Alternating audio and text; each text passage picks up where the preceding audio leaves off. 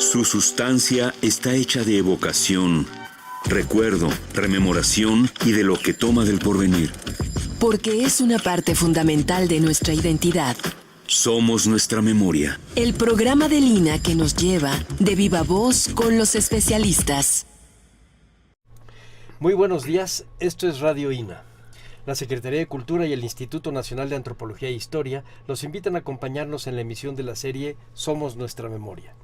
En esta ocasión contamos con la presencia del doctor Leopoldo Baliñas, que ya sería la segunda vez que está aquí en esta mesa conmigo. Yo soy Salvador Rueda. Bienvenido, doctor. Muchísimas gracias. Hoy vamos a platicar de algo que siempre estamos manejando y nunca nos cuestionamos ni de dónde viene, que se trata de las lenguas maternas. Y yo quisiera, nada más a manera de provocación contigo, venga. darte una cita. Lucano escribe alguna vez que se le decía a César que cuando pisara Troya iba a pisar miles de voces de los muertos. ¿Qué voces eran esas? ¿En qué hablaban? Porque hablamos de los griegos, ¿en qué hablaban? ¿Cuál era su lengua materna? No tengo la menor idea. No, obviamente, sí. Bueno, no sé. Es que te lo estoy diciendo porque a lo mejor si lo trasladamos a la parte mexicana, estamos en las mismas. O sea, ¿a partir de cuándo el castellano es una lengua materna? Cuando estamos viendo que hay un mosaico enorme de lenguas en México, tal como nos explicabas en la entrevista anterior. Bueno, desde que hay penetración, digamos, europea o española particular, el español es lengua materna. No, es lengua materna de los conquistadores. Ajá. Luego se vuelve lengua materna de la gente, o en un proceso, primero segunda lengua en muchos, pero luego ya empieza a haber todo lo que se llamaría un desplazamiento lingüístico, en donde los términos siempre son bastante borrosos. Pero sí llega un momento, y muy temprano en la colonia, en donde ya es el español lengua materna de nacidos aquí. Exacto. Y que incluso, paulatinamente, y se ve que con éxito digo yo, sí, saben que su lengua materna no es igual a la peninsular, a la europea, porque a la larga el español que se genera aquí es relativamente distinto, sí, al de Europa, por decirlo así, ¿no? El nuestro es un castellano que además es, digamos, regional. Sí, y además regional de regiones, o sea, sí, el comparado geográficamente y poblacionalmente, América Latina con España es, no sé, 15-1, no sé, no tengo la menor idea. Y hay muchísimas diferencias. Regresando un poco a tu primera reflexión, entonces podríamos decir que la lengua materna es aquella de la que habla su primera lengua cualquier ser humano. Sí, es la que es, digámoslo, en términos altamente radicales, es la que lo hace ser humano. Okay. ¿No? Es la que aprende y de esa manera se socializa, de esa manera entra al ámbito simbólico-cultural, pero también al emotivo, también al cognitivo, es decir, al que lo hace humano. Exactamente, Sí. Tal como nos lo platicabas la vez pasada. Finalmente, el ser humano es la única especie que habla en este sentido. Sí. Y entonces, bueno, es lo que la lengua materna es la que lo hace el ser humano. Pero para el caso mexicano, que ahorita nos estábamos refiriendo al castellano, ¿a partir de cuándo se consideraría, digamos, que el castellano es la lengua materna de los nacidos en la Nueva España? No, yo diría que desde el momento mismo que llegan los digamos, españoles, ¿no? Porque obviamente es particularizar, pero podemos decir que desde que hay un hijo, o sea, ilegítimo, quizá que dominantemente, etcétera, sí, y que está en una situación de conflicto lingüístico, voy a llamarle conflicto lingüístico para ocultar realmente el conflicto social atrás. Sí. Pero focalizaba lo lingüístico, sí, el niño ya puede estar en una situación bilingüe y curiosamente aprender dos lenguas, la de la madre o la del, es decir, aprender las dos que están en escena. Sí. Nada lo impide, la capacidad humana es totalmente, digamos, está posibilitada para aprender dos o las que sean.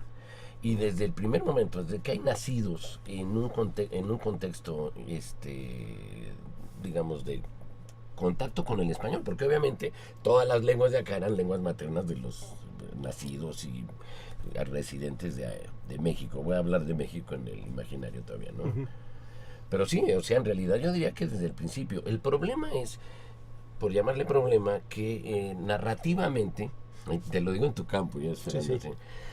La historia de México se vive como si fuera entre españoles e indios. Sí, o sea, se nos olvida la gran población novohispana que va a ir creciendo, que es la que se va expandiendo, porque los españoles están muy acotados en centros de poder, digamos, de manera general, y los indígenas básicamente en los pueblos indios. Pero los que van llegando van teniendo hijos, es decir, y además entramos también en estas cuestiones de dos españoles que llegan a México y tienen un hijo en México o en la Nueva España, pues es lengua materna de aquí. Sí, claro. ¿No? Pero fíjate, quiere decir que te hice muy mal la pregunta. A partir de probablemente el siglo XIX estamos pensando en lengua materna como lengua nacional, cuando es distinto. Y ahorita lo que nos estás explicando es, no, la lengua materna es otra cosa, es lo que te hace ser humano. No olvídate del lugar a donde naciste. Sí. La lengua nacional sí es una invención, es un imaginario que se creó muy probablemente a partir de mediados del siglo XVIII, principios del XIX. Uh-huh. Y efectivamente los flujos migratorios de españoles, de indios, de chinos, de distintos grupos negros, etcétera, sí. Que fueron poblando la Nueva España, iban trayendo cada uno su lengua materna con su idea de mundo y las palabras que explicaban ese mundo. Ajá, entonces, en México hubo un momento en que hubo infinidad de lenguas maternas, sí. Y quizá ni una lengua nacional. Te estoy provocando. Sí, yo diría que el español siempre se instauró como lengua nacional. A partir del obispo Lizana, sí se empezaron a prohibir publicaciones y documentos, etcétera, en náhuatl, por ejemplo, y en lenguas indígenas en general. Sí, todos tenían que usar el castellano. Sí, pero aún así, es decir, la lengua que podemos llamar nacional en términos de generar identidad, sobre todo identidad nacional, o en donde se resuelven o se plantean las cuestiones administrativas, científicas. La región está en otro escenario porque era, digamos, bilingüe, ¿no? Pero básicamente es decir, todo estado va a tener una lengua instrumental y esa lengua la va a estar llevando como lengua nacional, ¿no? La lengua instrumental es la lengua nacional, un poco como en los Estados Unidos. Ahí sí los ladrillos de Babel están todos regados. Sí, exactamente. Y sin embargo es el inglés el que opera las relaciones sociales, económicas, etcétera. Sí. Ese sería, digamos, una de las dimensiones de esta lengua nacional, que en realidad no es la que se festeja, ¿no? O sea, esa es la que se asume que es como por automático, que todo estado, sí, incluso sea plurinacional, porque también está toda esta discusión de los estados mononacionales o la negación de las otras nacionalidades, ¿no? Quizá en la España de Franco, de negar todo lo otro, ¿no? Evidentemente todo lo otro. Aquí simplemente no se negaba, simplemente no se mencionaba. Sí. ¿No? Estaba por ahí mencionado el náhuatl, el maya, porque eran lenguas que corrían incluso en los grupos que llegaban al poder. Y fíjate, tan lo dices así que para el imaginario de un hombre como yo de 60 y tantos años, el pensar que el maya, el náhuatl, el zapoteco, etc., no alcanzamos a distinguir qué es una lengua, qué es un dialecto, ¿cómo se podría definir ya bien hoy en esta idea pluricultural? Sí, yo diría que hay dos grandes vertientes. Una de ellas, básicamente de tradición que podemos llamar europea, es considerar que la lengua es la que se identifica como nacional, la que se enseña en la escuela, la que básicamente los medios de comunicación emplean para, justamente para la comunicación, y que todas las variantes regionales, por ser regionales, esas serían dialectos, ¿no? Esta es mucho la visión europea. Lo digo de manera muy general, ¿no? O sea, hay una lengua nacional, la que identifica, y en cada comunidad, en cada pequeño pueblo habrá una manera particular y se puede ver, y hay diferencias gramaticales que se pueden rastrear. Pero en México eso tiene más bien otros valores, o sea, porque en México realmente lengua es como, digamos, es un genérico, es una palabra de hecho bastante elegante últimamente, porque teníamos idioma, ¿no? Idioma estaba asociado básicamente a lengua con escritura y sobre todo con gramática conocida, ¿no? O gramática librito, digamos. Y su opuesto era dialecto.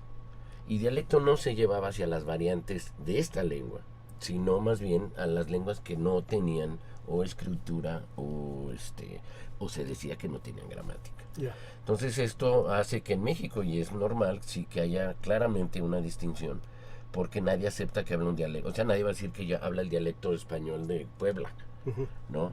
O sea, se oye raro. Sí, ¿no? claro. Sí. Dirá de Puebla, o sea, dirá el español de Puebla así como, sí, o sea, como si fuera nada más un dato. Pero los dialectos sí van con mucha carga estigmatizada. Cuando surge el INALI, el Instituto Nacional de Lenguas Indígenas, sabe de esto, es decir, se da cuenta que hay 3 palabras que son altamente o están cargadas ideológicamente: lengua, idioma y dialecto. Dialecto, sí. Y lo que hace es evitarlas. Entonces, para evitar, vamos a llamar lengua e idioma, utiliza agrupación lingüística, ¿no? Es un término, en fin, bueno, usa agrupación. No, está muy bien, pero la gente corriente no lo usamos. No, de hecho hay una situación interesante porque evita el término también para, en lugar de decir, es que el otro término tampoco es dialecto, ¿no? El que le van a llamar el INALI variante lingüística. Pero hay que nombrar porque una de las razones del INALI es, digamos, hacer un inventario, un catálogo, para ver cuáles son las lenguas que van a ser declaradas nacionales de México. Entonces se necesita algo que sea lengua nacional. Y en el catálogo, que está en internet, consultable por todos, es interesante porque está diciendo, esa es la función del INALI, es esta, dice, bueno, y para fines de idioma y lengua, vamos a considerar las variantes lingüísticas como idioma. Es decir, a la larga, cuando aparecen las 364 variantes reconocidas en el catálogo de la década pasada, efectivamente se está hablando de las variantes. Y se pasa a lengua nacional, ¿no? Entonces ahorita además es un número verdaderamente mágico y misterioso porque son 364 indígenas más el español, que también es lengua nacional. Entonces hay 365. Y entonces sí resulta verdaderamente mágico. Sí, mágico. Y si aceptamos que está el criollo afroseminol de los mascogos de Coahuila, ese sería el bisiesto, ¿no? para hacerlo, aunque todavía no está oficializado. Ese es el problema también del INALI. El INALI, cuando hace su catálogo y por alguna razón omite alguna variante, por lo que haya sido, ¿sí? Oficialmente esa lengua no existe, claro. No existe. Cosa que sí resulta grave, cuando menos en términos del catálogo como un instrumento de consulta confiable. Sí. En la realidad, si tú no me dices que existe este afroseminol, yo pensaría que estás hablando de Florida y Sí. no de Coahuila. Y vienen de ahí, pero viven en Coahuila desde el siglo pasado. Fíjate. No, desde el 18. Desde el 18, desde el 19. Desde el 19. Es que no sé, pasado, yo todavía sí. no siento. Yo todavía me siento. Fíjate que esto que cuentas me lleva a una reflexión que hizo algún historiador francés hace como unos 25 años, que era hablar del mundo latino.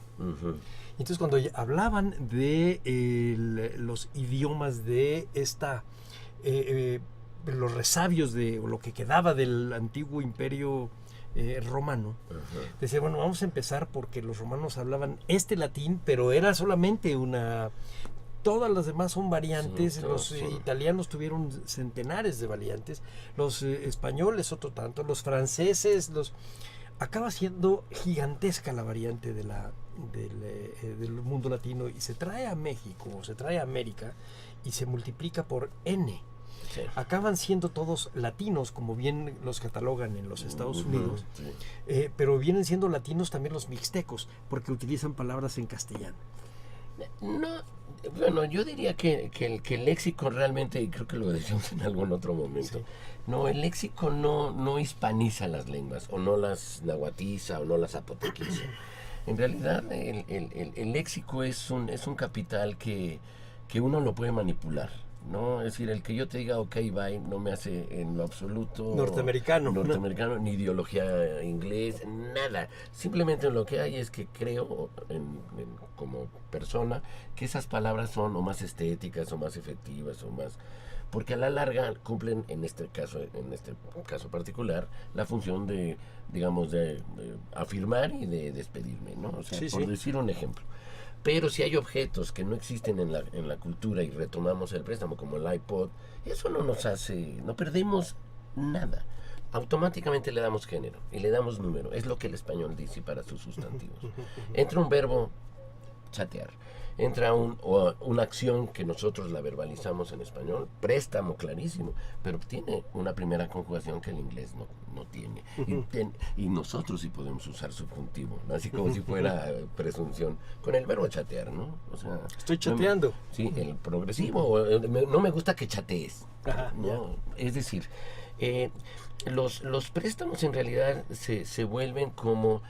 bueno, y el léxico en general es como la parte de la lengua la más evidente, ¿no? Y la que curiosamente ha servido de parapeto o el chivo expiatorio para hablar de corrupción, degradación, etcétera. Cuando en realidad la diversidad lingüística es tan... Sí, de corrupción cultural, etc. Sí, no se lleva a esos ámbitos. Bueno, ya uno era la debilidad de los hablantes por defender su lengua. Sí, me acuerdo muy bien de esto. Y en realidad no, porque se nos olvida que también hay neologismos. Exacto. Sí, choro no existía, choro no lo conocíamos, ¿no? La palabra choro y chorear. Esto es, en fin, o grupi, yo no conocía grupi, o sea, son palabras... no sé, son neologismos, más los desplazamientos de significado. Y luego algunas que van desapareciendo en grupo, y por ejemplo estás demostrando qué edad tienes, y yo al aceptarlo que tenemos más o menos la misma, pero se lo platicamos a alguien joven y no va a saber. Sí, no. Y algunas que han perdido el significado original. Yo oigo a mi hijo, por ejemplo, tiene 16 años, y él para despedirse de sus amigos dicen ánimo. ¡Qué bonito! Ánimo, para decir adiós. Sí. Bueno, yo cuando me despedía era más pelado, digamos, ¿no? Sí. Pero pienso que es un neologismo que a lo mejor algún día...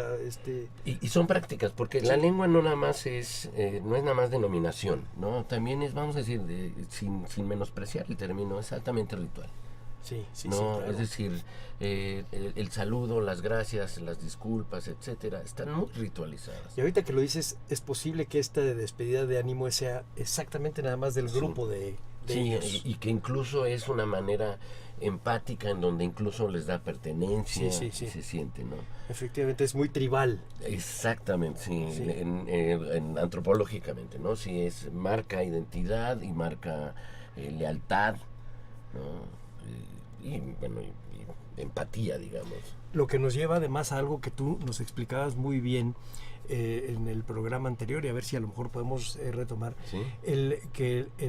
Digamos, la ventaja y desventaja para un estudioso de las lenguas es que está en constante evolución, entonces nunca la puedes atrapar. Sí, no, en realidad se atrapa básicamente lo que podríamos llamar, jugando con la antropología física, el genotipo, ¿no? O sea, lo más esencial, aunque por ahí hay, porque la parte más fenotípica, también estoy jugando demasiado laxo con los términos, sí hace que realmente la variación, o sea, si uno se sienta a la mesa con alguien con el que ha vivido años, o sea, pues, decir, con nuestra familia, y empezamos a hablar, vemos que no hablamos exactamente igual, ¿no? Yo digo pantuflas, sí, en mi casa hay pantuflas. Sí. ¿No? Y así podemos ir... Sí, en mi casa igual. Empezamos a ver que hay léxicas, pero también, por ejemplo, en mi español, yo digo dínolos. Yo tengo la S al final, ¿no? Ese es como es un habla cotidiana, la gente no repara necesariamente en esa forma, ¿no? En mi casa se dirían dínoslo, ¿no? Para hacerlo. Pero incluso, o dínolo. Ya no sea, dínolo. Sin ninguna S. Sin ninguna S. Y no es una forma de corrupción esta, ¿verdad? No, en realidad, en términos realmente, si quisiéramos hablar, es variación lingüística. Ya. O sea, la corrupción tendríamos que pensar en un estado óptimo de sano, óptimo, cuando las lenguas no tienen esa, o sea, no está el contrario de corrupción. Es cambio evolutivo. Y las lenguas cambian así por los lugares más voy a decir por los lugares más insospechados, porque en realidad siempre hay sospechas. Pero Está bien. sí, obviamente formas sabiendo que, por ejemplo, el español, lo estoy diciendo de manera muy simplista, el español caribeño de las costas mexicanas tiende a no pronunciar la S. Obviamente es por la gran carga funcional que tiene la S. Sabemos que el plural es con S y la segunda persona es con S. Entonces, que se pierda la S. Hay otras cosas antes que nos ayudan a saber que es plural. Si yo digo claro. el mococo, Sí. hablando... Entendemos que perfectamente. es un plural, o sea, nunca dije la S y oímos la S. La palabra que acabas de usar, dínoslo. Dímelo. Entendemos perfectamente que se está... ¿A qué te estás refiriendo? Sí, es más, uno estaría más preocupado si lo dice o no que en estarme corrigiendo. Claro. ¿No? Y ahorita me acordé de una palabra que causa mucha risa ahí entre algunos grupos allá en Jiquilpan, que dice, en lugar de decir denme, demen. Demen, sí. Demen esto, demen lo otro, y la gente entiende perfectamente. No, y es la norma, que sí. esa es la otra. Es decir, la forma que se convierte en variación, no lo califiquemos. Es decir, una forma distinta se convierte en norma. Entonces, los jóvenes, los niños, esa es la que van a aprender. Claro. Esa es la norma. Y nos lleva a una reflexión que también se me hace que habíamos platicado la vez pasada de Humberto Eco, en donde decía, bueno, un niño puede hablar perfectamente bien y entender perfecto lo que le están diciendo sin que tenga que haber aprendido ni gramática, Sí, ¿no? ni lingüística, ni nada. O sea, las estructuras de la lengua están ahí y nos lleva nuevamente a la lengua materna. ¿Cómo funcionan las estructuras lingüísticas? Bueno, ahí hay toda Para una... gente de sí, a pie, platícanoslo sí. así, no tengas Es decir, reparo. pues, a la larga todos somos de a pie. Sí. ¿No? Sí. Sí, no, en realidad la lengua materna es de manera muy simple, es estructuralmente, y de veras cuando digo de manera muy simple se va a ir más complicado. Sí, es la parte social del pensamiento, ¿no? Creo que también lo habíamos dicho la vez pasada. Es decir, lingüísticamente todas las lenguas del mundo, todas, tienen en esencia la misma estructura, en esencia. Los mismos hechos sintácticos, los mismos hechos, la posibilidad de formar palabras, absolutamente todas, por más diversas que sean. ¿Sí? Todas tienen sustantivos, todas tienen verbos, todas tienen vocales. Es decir, no todos tienen las mismas, ¿no? O sea, uno puede tener, como el español, 5 vocales, las A, E, U, el tarahumara también tiene 5 A, E, U, pero las reglas combinatorias, los principios de pronunciación, en fin, hacen que estas aparentemente 5 vocales iguales en realidad no lo sean. O sea, en realidad es una... ¿Qué es lo que hace y permite entender que la lengua tenga una dimensión innegablemente biológica? Es decir, tenemos la información cerebral, más todo preparado para identificar los estímulos, ¿sí? Y poder hablar a pesar de que jamás se nos enseñe, porque en realidad no se nos enseña a hablar la lengua materna. La lengua materna se adquiere. Es más, y si fuéramos más arrogantes, el sujeto, como decía mi maestro, que lo admiré siempre mucho, decía, nace una larva de humano, el lenguaje es quien lo atrapa, ¿no? Pues esta larva es la que se alimenta de esos, digamos, fragmentos de lengua, pedazos de lengua, y aprende a hablar. El resultado somos todos, o sea... Sí, claro, lo que dices tú, esta parte social... que nos hace sujetos y además nos va metiendo en ámbitos, o sea, uno sabe cómo hablar en el ámbito doméstico, con los papás, ¿sí? Y llega a la escuela y ahí cambian las cosas, ahora ya hay pares, y pares al por mayor, no hermanos, o sea, no familiares, pero hay otros agentes, es decir, y cambiamos, o sea, de hecho hablamos español, pero en realidad hablamos español distinto en la casa, con los amigos. Sí, hay protocolos de español para el lugar a donde estás, a la gente a la que te refieres, y esto para hablar del español. Me imagino que esto ha sido todas las lenguas. En todas las lenguas. Sí, y regresando un poco a las estructuras, entonces es algo que viene ya en la mente del hombre. Sí, es una parte del cerebro de la gente. Sí, es sí, que incluso es imposible que alguien decida no aprender a hablar, ¿no? Puede aprender, decidir no hablar la segunda lengua, una tercera, Sí.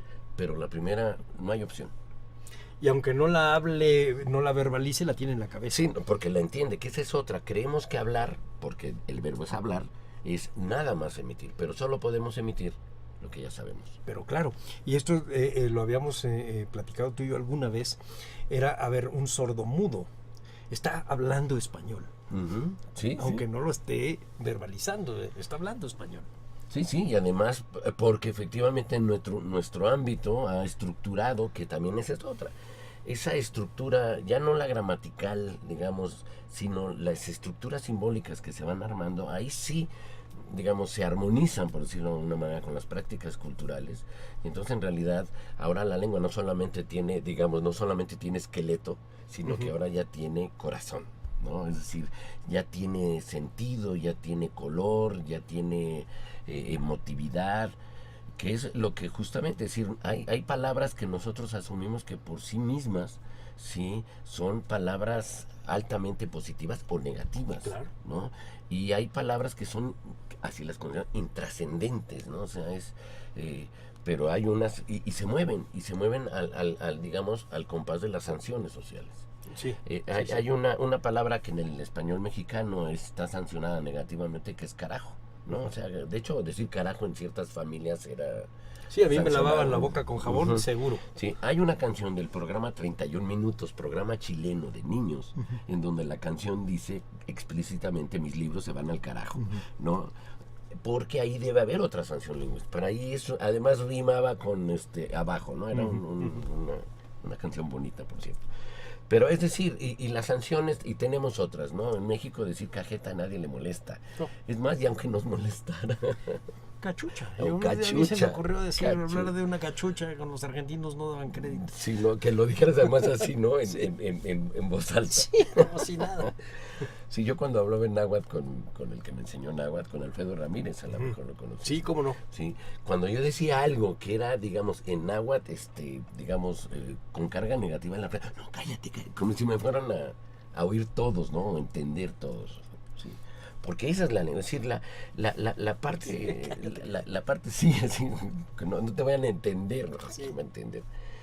Porque a la larga es eso, la lengua es identidad, es estructura de pensamiento, no quiere decir que nos determine la manera de pensar, eso es la parte, es decir, acota, no determina, ¿no? Pero hay emotividad, identidad, cognición, ¿no? Incluso la posibilidad infinita de crear las realidades que queramos, Sí. ¿no? O sea, podemos hablar, o sea, podemos decir de hecho cualquier cosa que Bueno, culturalmente. Y lo diremos, yo no entiendo cómo vamos a mencionar las cosas que se vayan a encontrar en otros planetas, es decir, no existen todavía en nuestra mente y ahí van a estar.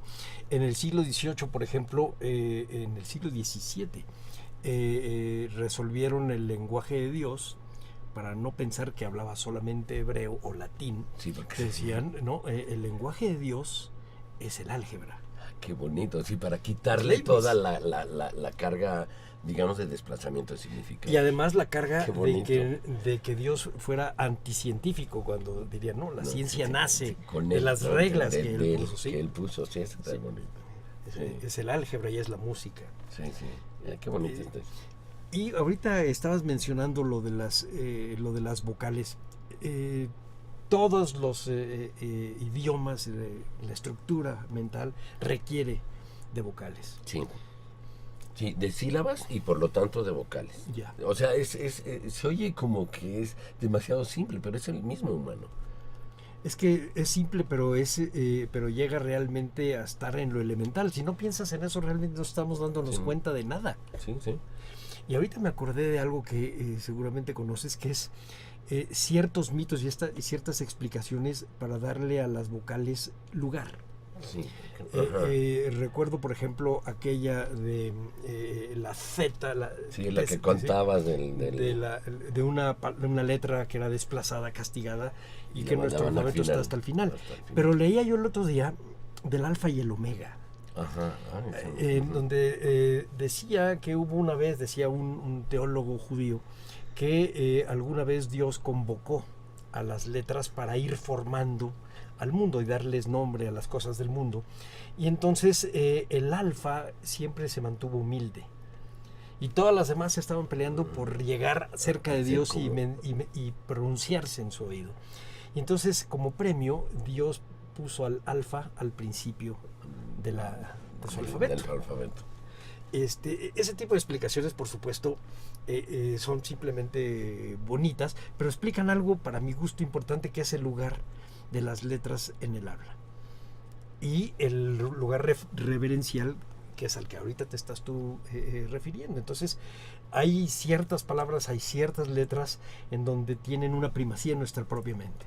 Sí, es más, o sea, una de las primeras por la carga identitaria es el nombre propio. Uy, que no te lo digan mal, o que no te nombren de otra manera, ¿no? Hay un drama, o sea... Sí, claro. A mí me dieron ayer el apellido de mi mujer y yo dije, no, pero yo soy Rubén, ¿sí? ¿Qué pasó? No. Y es políticamente incorrecto. Ahorita vamos a ir a lo políticamente correcto, que eso también nos trae con algunos problemas. Antes quisiera recordarle a nuestra audiencia que estamos platicando sobre la lengua materna y en general la función de la lengua con el doctor Leopoldo Baliñas. Vamos a platicar ahora de esta otra cosa rara, que es Venga. el políticamente correcto, que es algo que nos trae un poco entre chiste y no. ¿Qué hacemos para decirlo? Yo creo que lo políticamente correcto es hablar bien, claro, sin demasiados adjetivos, no sé, puntualmente. Pero ahora resulta que hay un asunto de género que hace todo más confuso. Sí, en realidad, de hecho, para mí, política, así como el libro, en lugar de bajar Moisés con las tablas, bajó nada más un libro que se llama Normas de lo políticamente correcto, que está en blanco. ¿No? Porque nadie sabe dónde está, cada uno asume que lo que dice o lo que hace es políticamente. No, es para descalificar al otro. Sí, por ¿no? supuesto. O sea, si uno dice, por ejemplo, consejeros, una mano levantará, como dices, consejeras y consejeros. ¿No? O sea, cuando uno dice, o sea, ¿qué es lo políticamente correcto? Dejar y respetar mi manera de hablar, o decir, y se pone, ¿no? Es decir, en realidad para mí es una manifestación, otra de las manifestaciones de, aunque no tengas poder, cree que tenlo y tráete a colación, sí, políticamente incorrecto, y califica. Cuando en realidad, o sea, tú lo dices, hay que hablar como queremos hablar. Sí. O sea, no es un deseo anarquista, no es un deseo... No, al contrario. No, uno quiere expresar, cuando quiere expresar emotividad, lo va a hacer. Quiere expresar miedo, lo va a hacer. Es que lo anarquista sería lo otro, que es no seguir ninguna regla. Sí. Es decir, no seguir ninguna regla, estamos fritos. Y no se puede, porque además la lengua no te lo permite. No, realmente incluso hasta tratar de violentar la sintaxis cuesta trabajo. Sí, claro. ¿No? Por escrito es distinto, porque tienes tiempo para escribir. Pero si yo te dijera, a ver, quítale todo el género a todas las palabras que tengas, o sea, no, uno necesita un esfuerzo. En castellano. Sí, en castellano. Porque, por ejemplo, entendería yo que hay algún otro idioma en donde el género no es tan... o es distinto. No, son distintos. Sí. Sí. El problema también es que el género entró al español creyendo que en realidad es el sexo. Uh-huh. Y del universo gramatical, sí, léxico incluso, sí, las palabras que realmente relacionan género con sexo son una minoría absoluta, porque solo son aquellas en donde el humano o ciertos seres vivos puedan hacer o sea, tengan la distinción y sea relevante. Gorila no, víbora no, pajarito no, aunque podemos decir pajarita, ¿no? Es decir, sí. Pero sabemos que están en otro escenario.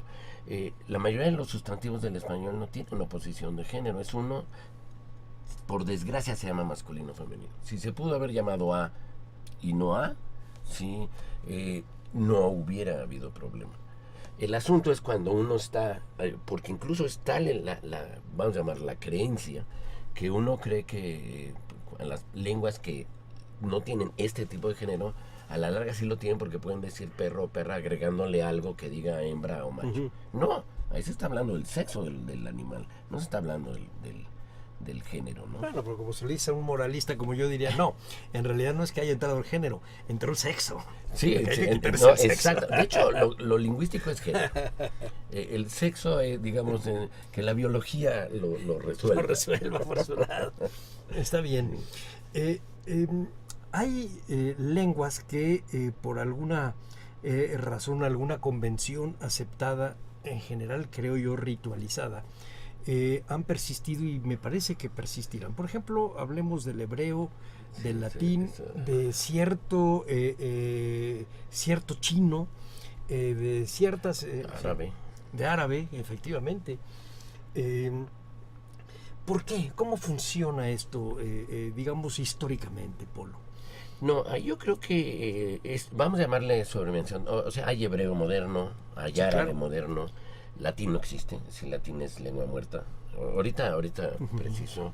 Hay chinos modernos, no sé. Sí, montones, sí. Sí, ahí lo que realmente pasa es el rol de un sistema lingüístico, una lengua en su momento de alto prestigio, que queda plasmada de manera escrita. ¿Sí? Al pasar al ámbito escrito y que empieza a dejarse de hablar. Es decir, empieza a romper la relación con la parte cognitiva. Ahorita, aunque alguien hablara latín, o sea, en fin, pensemos que yo hablo latín para no meterme con nadie. Sí, mi sistema cognitivo es desde el español, Sí, es claro. el mexicano.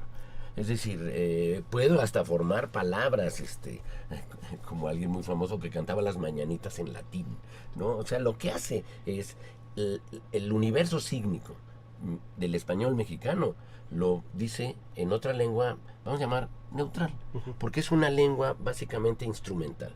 Son lenguas, no por menospreciarlas, hay gente que incluso los define como grafolectos. Su realidad básicamente es escrita, ¿sí? Y cada uno decide, ¿sí?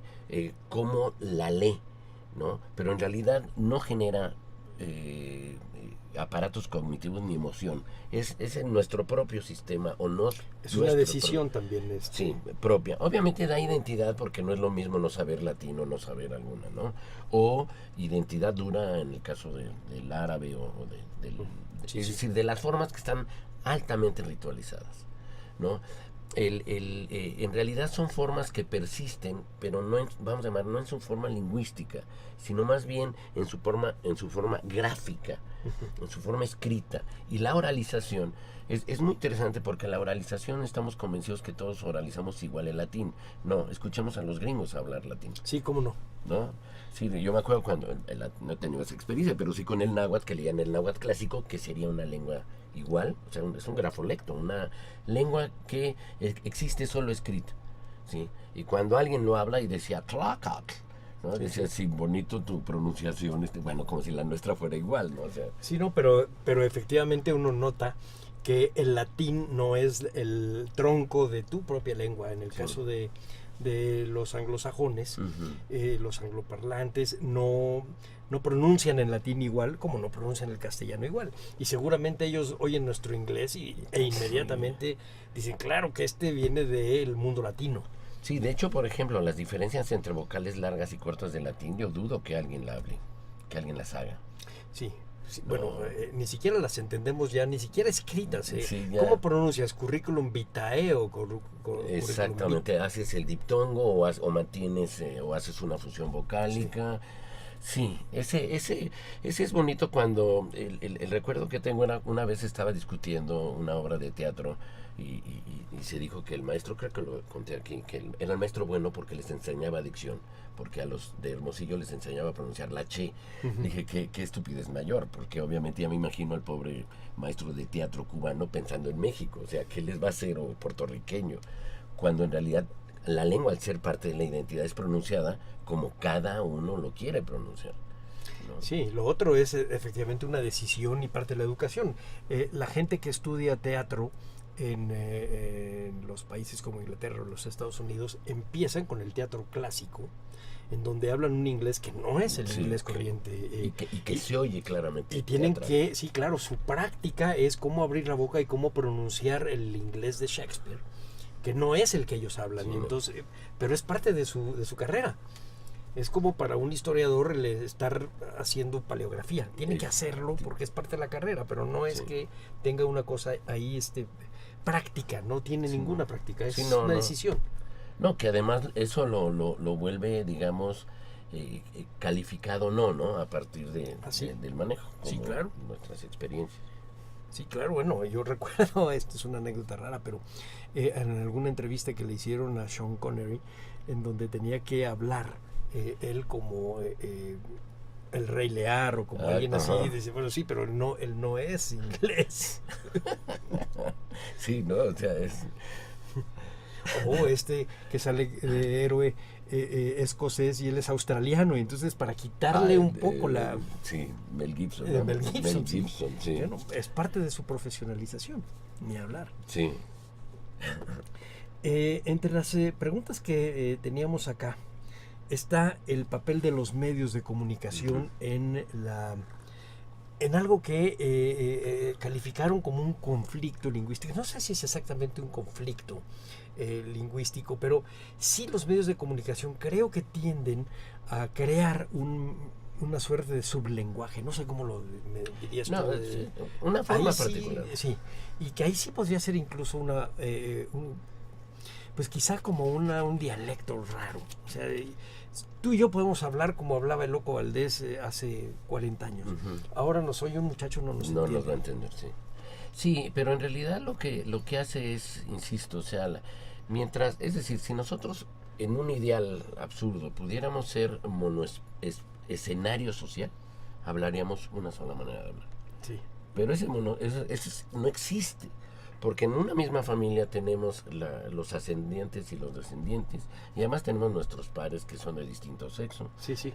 O sea, y más, ahora sí que las visitas, ¿no? O sea, los no consanguíneos, por decirlo así. Lo vamos sumando, y en realidad nuestra competencia lingüística y comunicativa es altamente prodigiosa, es decir, porque nos vamos ajustando a partir de no tener modelos previos. O sea, nos mandan a la secundaria por primera vez, donde ya no van nuestros papás, por decirlo así, y tenemos que enfrentarnos a un universo lingüístico que no es el mismo que era el infantil y el de la casa, ¿no? Con mayores, con prefectos, en fin, y de ahí con los pares, y nos vamos ajustando. Salimos de la prepa, y la prepa es otra crisis lingüística, porque empieza a llegar gente de otros espacios culturales y sociales. Es decir, a menos que se haya estado en una escuela preparatoria muy privada y muy conservadora, pero en realidad a la larga uno se va acomodando. Y hay instituciones, es decir, el discurso, por ejemplo, de los, vamos a llamarle, lectores de mano o lectores del destino, es también un lenguaje enredado, lleno de giros y todo, es para que tenga efectividad de que sí sabe leer las cartas o la mano o lo que sea. En el caso de los medios de comunicación están obviamente todo el sistema noticioso, que lo que tratan es de utilizar un lenguaje demasiado puntual, pero incluso uno es altamente formulaico. Bueno, estaremos al tanto del caso. O sea, todos dicen eso, ¿no? Sí, sí. O nuestro corresponsal. Es decir, hay frases, hasta uno las repite ya. Sí, le vamos a dar seguimiento. Sí, le vamos a dar. Y eso quiere decir que nunca se lo van a hacer. Nunca más, ¿no? Sí. Nunca más se va a saber, ¿no? Sí. Pero además tenemos otro tipo, lo que se volvió, digamos, todo este tipo de televisión, de concurso, de reality, en donde en realidad lo que uno oye es un universo lingüístico, porque además no nomás hay mexicanos, ¿no? O sea, pero incluso uno sabe que esa no es su realidad lingüística. Sí, es decir, yo veo la tele y yo créeme que fui altamente, porque mi mamá me decía, no sales porque sacaste malas calificaciones, me quedaba viendo la tele, ¿no? O sea, yo fui hijo de la tele blanco y negro. Pero eso no me hizo tener un lenguaje televisivo. No hablo como Bugs Bunny. O sea, claro que no. Nadie habla así. No, porque obviamente quienes sí te norma, quienes sí te sancionan, son tus pares. Sí, como no. Ahorita que dices que no hablas como Bugs Bunny, pero sí, teníamos un compañero tartamudo que decíamos que hablaba como Porky. Como Porky. Sí, eso sí lo hacíamos, ni modo. Yo también tuve un amigo Porky, y a ver le decíamos Popo Porky, Sí, ¿no? Para sí, que sí, fuera icónico. Sí, pero bueno, finalmente sí los medios de comunicación acaban influyendo en estos estereotipos, pero no en las estructuras lingüísticas. No, obviamente Broso, por ejemplo, aparece, pero si te fijas en realidad es uno de tantos. Gordolfo Gelatino en nuestra generación, y cada uno va teniendo sus... Pero además, curiosamente, son del ámbito humorístico. Es decir, ningún culto, porque todas las televisoras y todos creen que tienen, le quito el creen, tienen una persona culta que es el que habla de literatura, ¿no? Sí. Nadie los imita. Sí, claro. No, nosotros imitamos lo que realmente nos motiva y que nos hace... Sí, hablas más como Broso que como Pepe Gordon. Sí, exactamente, exactamente. Y no porque te caiga mal uno. No, o el para otro, nada. Porque No tiene nada que ver, es algo que ver. tiene que ver con un impacto en cierta parte de nuestro cerebro. Y de la parte afectiva. Y con esto quiero empezar a redondear, que era hacia donde quería que fuéramos, para hablar de lengua materna, lengua nacional, dialectos, etcétera. Es prácticamente imposible crear un mapa lingüístico confiable, porque estamos hablando de muchas capas. Los ladrillos de Babel son efectivamente muy complejos porque no son del mismo tamaño.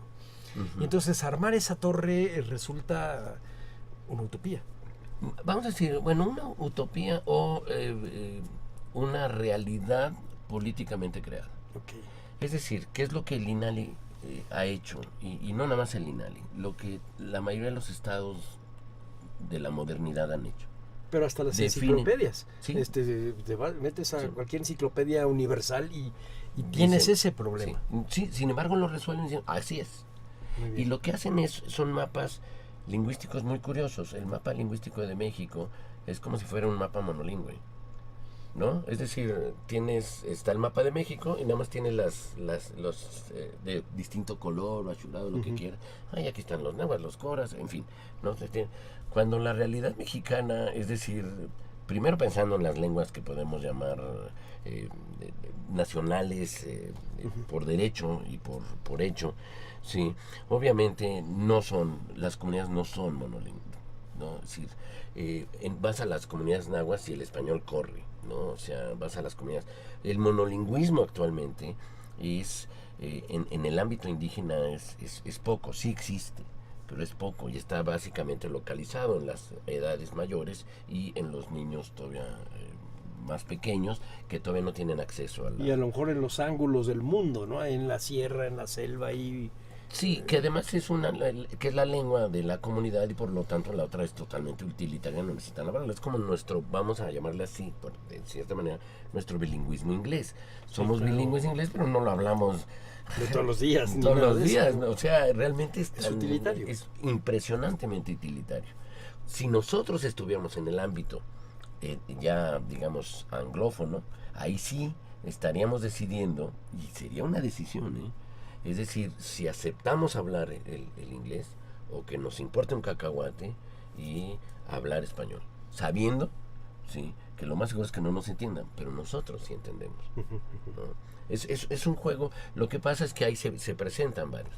Un mapa lingüístico en realidad, o sea, lo que dices es cierto, o sea, científicamente es imposible saber la realidad lingüística.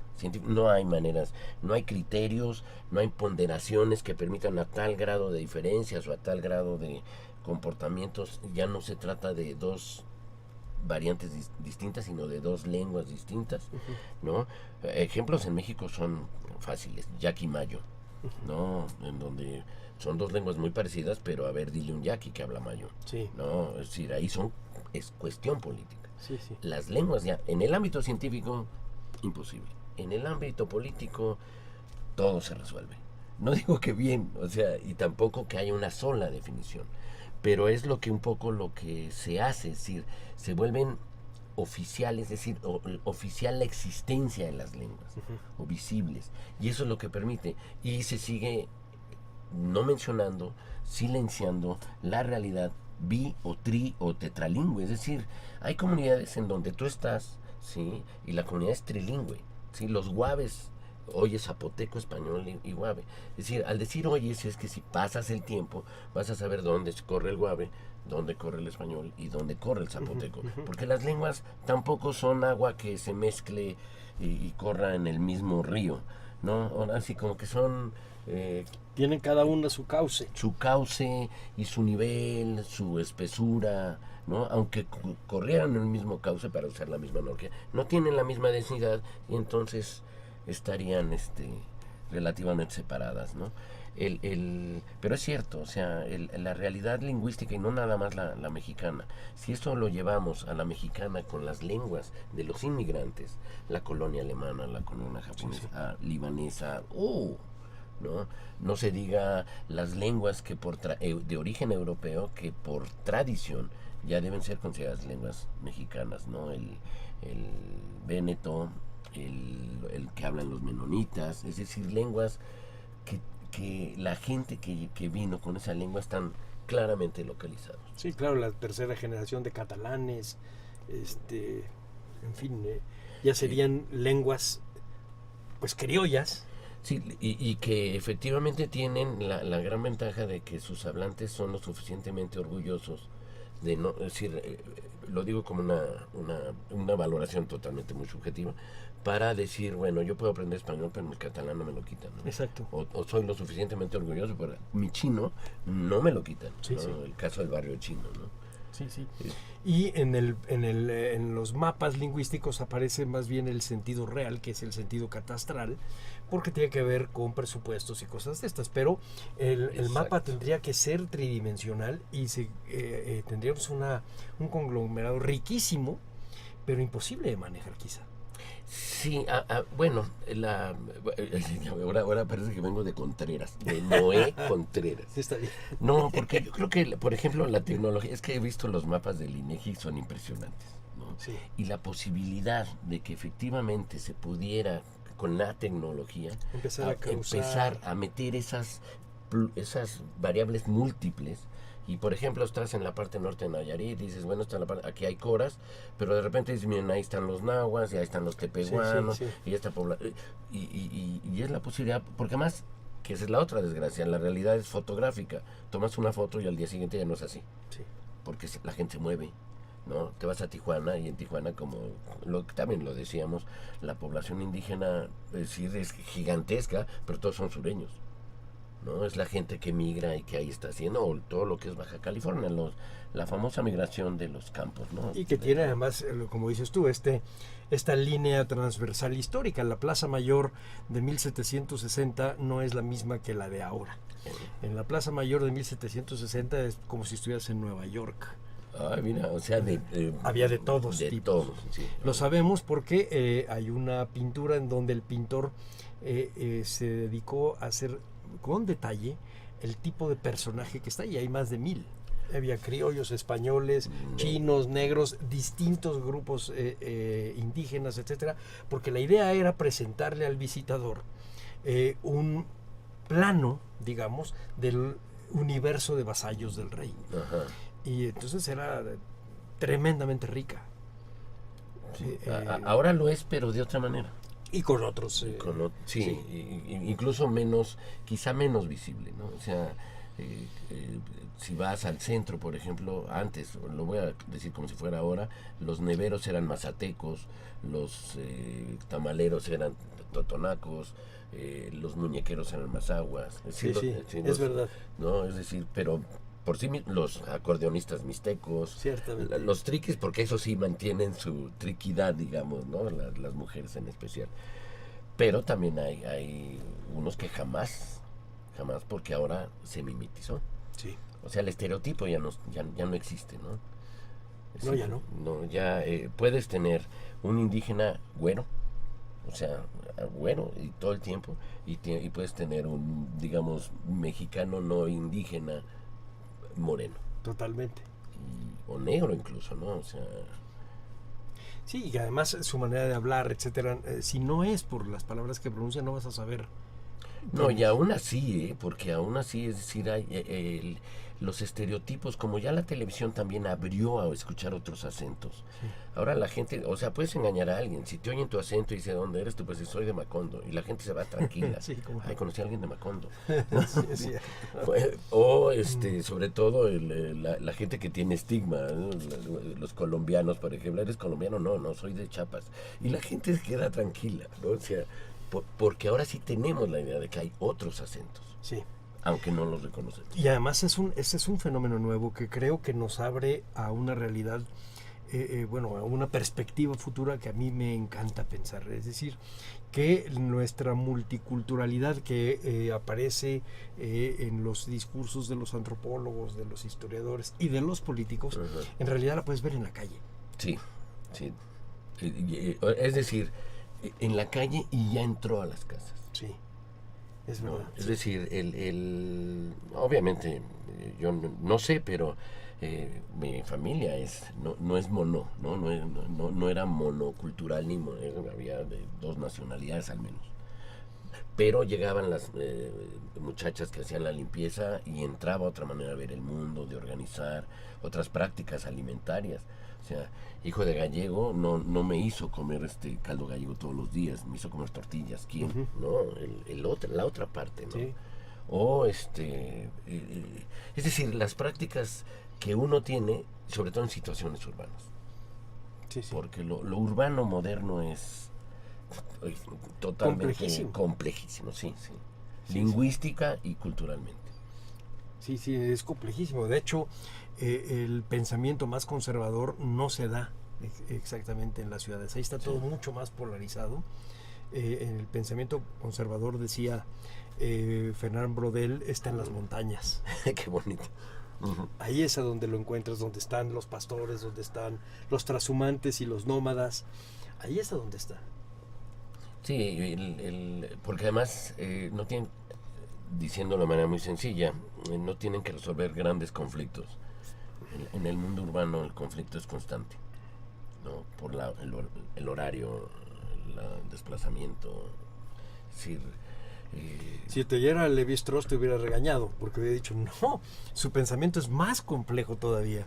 Sí, no, yo no digo que el pensamiento sea complejo, no, yo digo que la realidad es la que tienen que decir, o jugando para decir tampoco para pelearme con Lévi-Strauss. Sí, no, porque obviamente es lo que siempre hemos dicho, al menos en cierto ámbito, es decir, nosotros estamos más preocupados por tonterías que por trascendencias, como llegar a tiempo.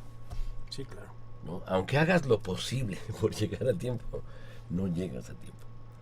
¿No? Es decir, y en otros lugares, las ciudades pequeñas, las comunidades pequeñas, nos vemos temprano. No hay hora. O sea, para nosotros el norte es un punto y lo queremos ver, ¿no? No es un rumbo. ¿No? Es decir, se hizo, un minuto es un minuto. O sea, es cuando dice el árbitro, quedan 2 minutos, o sea, verdaderamente sentimos que 2 minutos, o sea, es decir, nos preocupamos. Sí, claro. Por precisiones tontas. Sí. Sí, realmente sí es tonto eso. Déjame hacerte quizá una de las últimas preguntas, que es el futuro de los estudios lingüísticos. ¿Para dónde llevarán? Yo siento, Polo, que la lingüística que está en la base de la fundación del INA, y no solo del INA, ya en 1925 decía Castillo Ledón que era lo más importante del antiguo Museo de Arqueología, Historia y Etnografía. No le hemos dado la importancia que tiene, pero yo pienso que lo que los lingüistas hacen realmente nos va a marcar un rumbo, porque seguimos estando metidos en el laberinto de las lenguas, en el laberinto del lenguaje. El día que realmente exista Babel y que no nos vamos a entender, entonces sí tenemos problemas. Sí, no, yo coincido y la realidad también nos enseña que el número de lingüistas ha crecido, el número de universidades o de escuelas que forman lingüistas también ha crecido. O sea, México era de pena, o sea, no había escuelas de lingüística, o sea, no había 10. ahorita ya hay 16. Así, bueno, pero ve, estamos hablando de 32, bueno, en fin. No, pero es correcto lo que dices, porque si no fuera por los misioneros de las sociedades bíblicas del siglo XIX o el Instituto Lingüístico de Verano, en realidad ni siquiera oirías la palabra lingüística. Si no, y seguirían siendo invisibles. Sí. Pero ahora ya no hay misioneros, ahora el trabajo de ustedes es otro. Sí, y es un trabajo que va acompañado de la complejidad lingüística, porque si pudiéramos hacerlo en una manera bastante esquemática, obviamente se necesita el registro, la descripción, la visualización de la gramática, o sea, que un hablante conozca su gramática, es mi opinión, obviamente, es un placer, ¿no? O sea, cuando dices, qué caray, ¿no? Cuando razonas algo que la cotidianidad nunca te ha permitido que lo hagas. Eso sería la parte gramatical y es necesario, tanto para la ciencia lingüística como para las mismas lenguas, incluyendo las formas del español. Pero también hay situaciones que podemos llamar de contacto lingüístico o resultados de contacto lingüístico, de actitudes lingüísticas, de conciencia lingüística. Es decir, cuando hay dos lenguas o tres que entran en contacto, y contacto es un término muy elegante, porque en la realidad mexicana ese contacto siempre es un contacto de arriba abajo, no de... Hay un ejercicio de poder, digamos. ¿Sí? Hay un ejercicio de poder, hay una lengua de prestigio, hay una lengua que se asume como la que sí puede decir absolutamente todo, la ciencia, la poesía y todo. Las otras lenguas no pueden decir poesía, no pueden decir ciencia, no pueden decir nada, ¿no? Es decir, este conflicto, o una sirve para todo porque es lengua universal y las otras son lenguas comunitarias, ¿no? Es decir, eso también genera actitudes sociolingüísticas que no van puramente, o sea, al ser sociolingüísticas, que van a acompañarse incluso de prácticas sociales, ¿no? No nada más dejar de hablar, sino incluso abandonar prácticas culturales, ¿no? Es algo que, o sea, que no nada más es un problema de México, es un problema de todos los lugares donde hay varias lenguas y varias maneras de enfrentarlo. O sea, Europa, todo el mundo es así, ¿no? O sea, no existe el país bueno, quizá Liechtenstein. Sí, va a ser así. Y no lo creo. Y yo tampoco lo creo. Yo tampoco lo creo. Sí, no. En realidad era como buscar al chiquito que no iba a ser, no iba a ser. Y por otro lado está todo las tareas que son para mí urgentes, que es todo lo que sería de lingüística, llamémosla aplicada, por llamarle de una manera, no me gusta la etiqueta, pero es básicamente de la planificación, la organización, porque no se puede dejar al arbitrio de los usuarios la creación, por ejemplo, de sistemas de escritura, ¿no? Es decir, esto debe ser institucional, debe ser planificado. Hay especialistas, hay experiencias en otras partes del mundo, pero aquí está la idea de los que saben cómo son los usuarios. Si los usuarios saben hablar, no saben escribir, ¿no? Y lo que ahorita existe en México es un universo en donde se habla de que la constitución política fue traducida, eso voy a hacer, en 68 lenguas, regresan al número de las agrupaciones lingüísticas, no a las 364. Bueno, no importa, nosotros hablamos castellano y no hemos leído la constitución ninguna castellano. Exacto. Bueno. Y ahí lo que se señala es, o sea, espérate, me estás ahora hablando incluso de otra tarea. Si primero ya está escrita, porque obviamente la tradujeron para escribirla. Sí. Sí, pero además ¿cómo tradujeron? Sí, o sea, ¿tú crees que es patria traducible? ¿Es derecho traducible? Es decir, ¿de qué estamos hablando? O sea, son situaciones en donde en el devenir, si hubiera un devenir normal, los grupos humanos saben cómo hacerlo. Pero este es un devenir de golpe. Es decir, este es un golpe en lo inmediato, que aparece una realidad que hay que nombrar ahora. Constitución política, Estados Unidos mexicanos. O sea, ¿en qué idioma lo puedes? ¿No? Usar neologismos, usar préstamos, tararén. Más otra serie de características. Me tocó estar en un programa me parece que era la CDI, de traducir el himno nacional a las lenguas indígenas, ¿no? Pero tiene que ser una por lengua indígena. Y en una comunidad hubo 2 versiones. Fue un drama. Y eran 2 formas distintas de traducir el himno nacional. Y estamos hablando de poesía, además de la carga nacional. Sí. Y la poesía tiene otras reglas de juego, ¿no?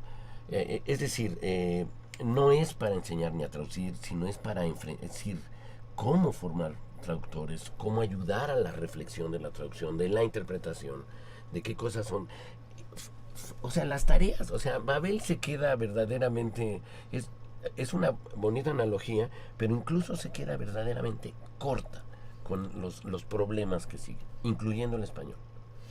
Sí, y bueno, y además hay la otra tarea que alguna vez nos habías platicado tú, que es qué hacer con las lenguas que están a punto de desaparecer. ¿Cómo evitas? Porque la riqueza que se pierde con una lengua que desaparece es grandísima. Que no solamente quede su huella, como si fuera la huella de un dinosaurio, ¿no? Es decir, un poco como el latín, un poco como el latín. Nada más que el latín mantiene su prestigio. Sí. Sí, pero es como si hubiera quedado por ahí algún texto escrito en donde lo único que tienes es ese texto sin todo el peso cultural, porque decimos latín y lo vestimos de alta cultura, en fin, cosa que con las lenguas indígenas uno dice, oh, mira, encontré este documento del siglo XVII, es un documento del siglo XVII. ¿No? Es decir, como si no tuviera nada atrás, pero es que no sabemos de qué vestirlo. Y porque además sabemos que si es documento, sí está la sociedad novohispana. Sí, claro. ¿No? Es decir, hay dos al menos, ¿no? La novohispana más el grupo que habla la lengua. Esa lengua. Y además la intención para la que fue escrita, que es muy posible que sea un lenguaje judicial, que no es el lenguaje cotidiano. Exactamente. Y determinado por pautas novohispanas y reglamentadas, y etcétera. Híjole, bueno, el trabajo que tienen ustedes encima es temible y terrible. No solamente convertir los valores, digamos, de la nacionalidad y la legalidad cultural que nos hace una nación en las lenguas indígenas, sino hacer que esas lenguas indígenas sobrevivan. Sí. Y yo le agregaré otra, así como dice, bueno, ahora como en el metro, cabe alguien uno, ¿no? Otro más. Sí. No, todo lo que podemos llamar cuestiones de patología y de adquisición del lenguaje. Sí, la dimensión más biológica. Es decir, porque hay problemas de adquisición que pueden ser patológicos y hay patologías del lenguaje. Sí, se necesita también la formación de especialistas lingüistas en cuestiones de terapia, identificación, diagnóstico. Ahorita un maestro de primaria y dice, este es disléxico, este es así como decir, está enfermo. Uh-huh. No, como los médicos de ahora que yo digo, está alérgico. O sea, no, es decir, los problemas del lenguaje, no los problemas sociales del lenguaje, sino los que podemos llamar problemas de patologías del lenguaje, tampoco podemos menospreciarlos, ni ignorarlos, ¿no? O sea, problemas, afasias, dislexias, es decir, dislexias, ¿cómo lo detectas? Sí, no, y además, ¿cómo lo das abordas? Terapias, ¿Cómo claro. das terapia? Bueno, porque no es lo mismo, hay toda una tipología, esa en otros países se ha avanzado, sobre todo con las lenguas dominantes. Sí, en el español está avanzado, pero eso no se puede pasar así a cualquiera de las lenguas indígenas, ¿no? Hace tiempo en México era el modelo, era el ruso el que se usaba y se traducía al español para generar los instrumentos. Decías que ridículo, ¿no? O sea, por fortuna creo que ahorita ya la especialización, pero también es otro campo que no podemos descartar, ¿no? O sea, cuando hay gente que tiene problemas, voy a llamar de memoria, muy simples, ¿no? De memoria en donde interviene la lengua, ¿no? O cuestiones en donde la persona tiene un problema por cáncer o por lo que haya sido y necesita terapias, digamos, de articulación, ¿sí? O sea, si no puede hacer la R, no tiene por qué obligarlo a hacer la R, porque esa es una norma que tenemos, es decir, es otra norma. Sí, bueno, pensemos en un caso hipotético, alguien que tenga Alzheimer, que sea zapoteca. ¿Cómo tratas su Alzheimer? Quizá recuerda cosas en castellano, pero el problema está en su referente del mundo, que tiene otras palabras. Sí, y las estrategias lingüísticas que puede utilizar. O sea, algo así como no busques las palabras, busca el contexto.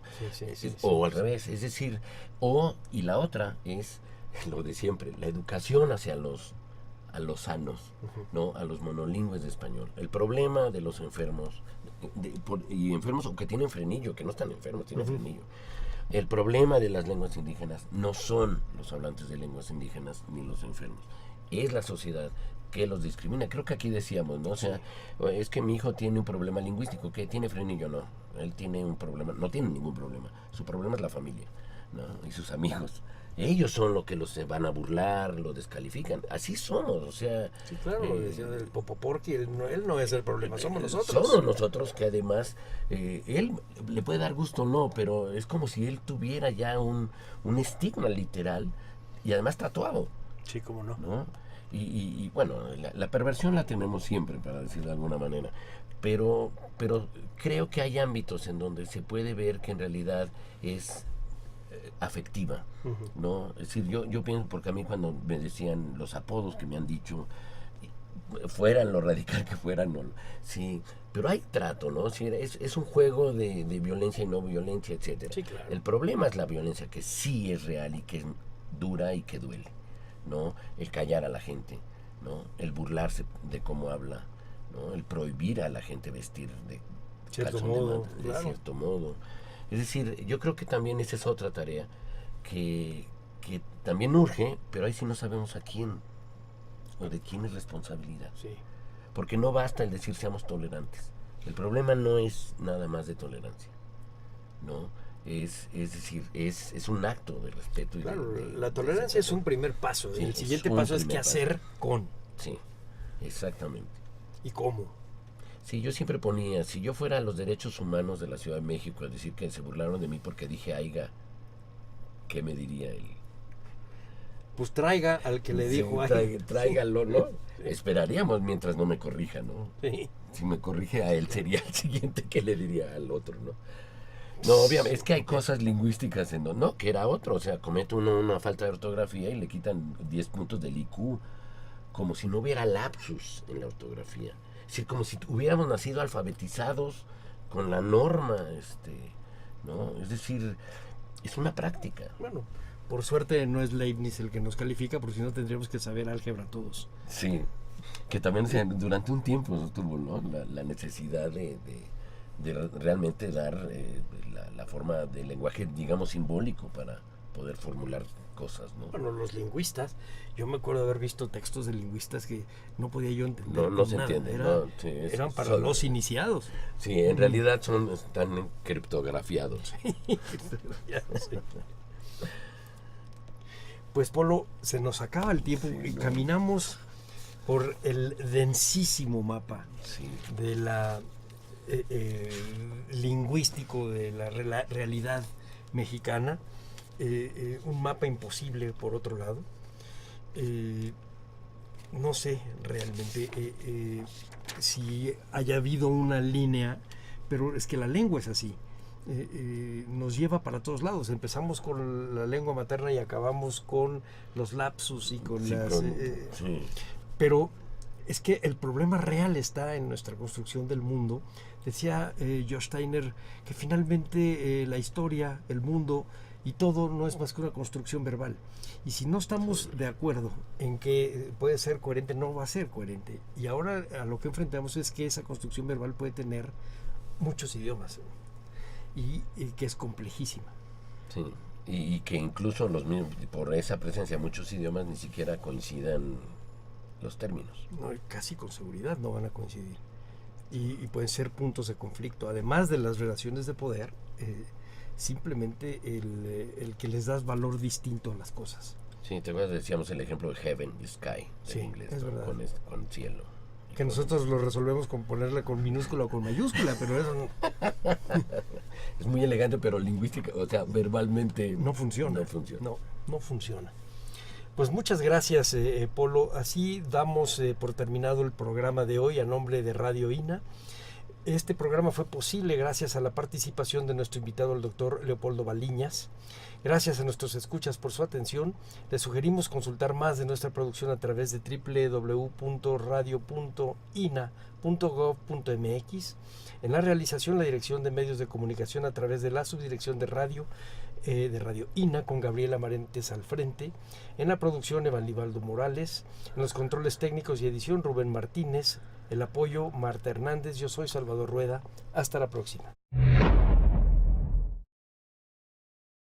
Las opiniones y comentarios aquí expresados son de entera responsabilidad de quienes proporcionan la información y no representan necesariamente las opiniones de Radio INA ni comprometen el pensamiento editorial del Instituto Nacional de Antropología e Historia.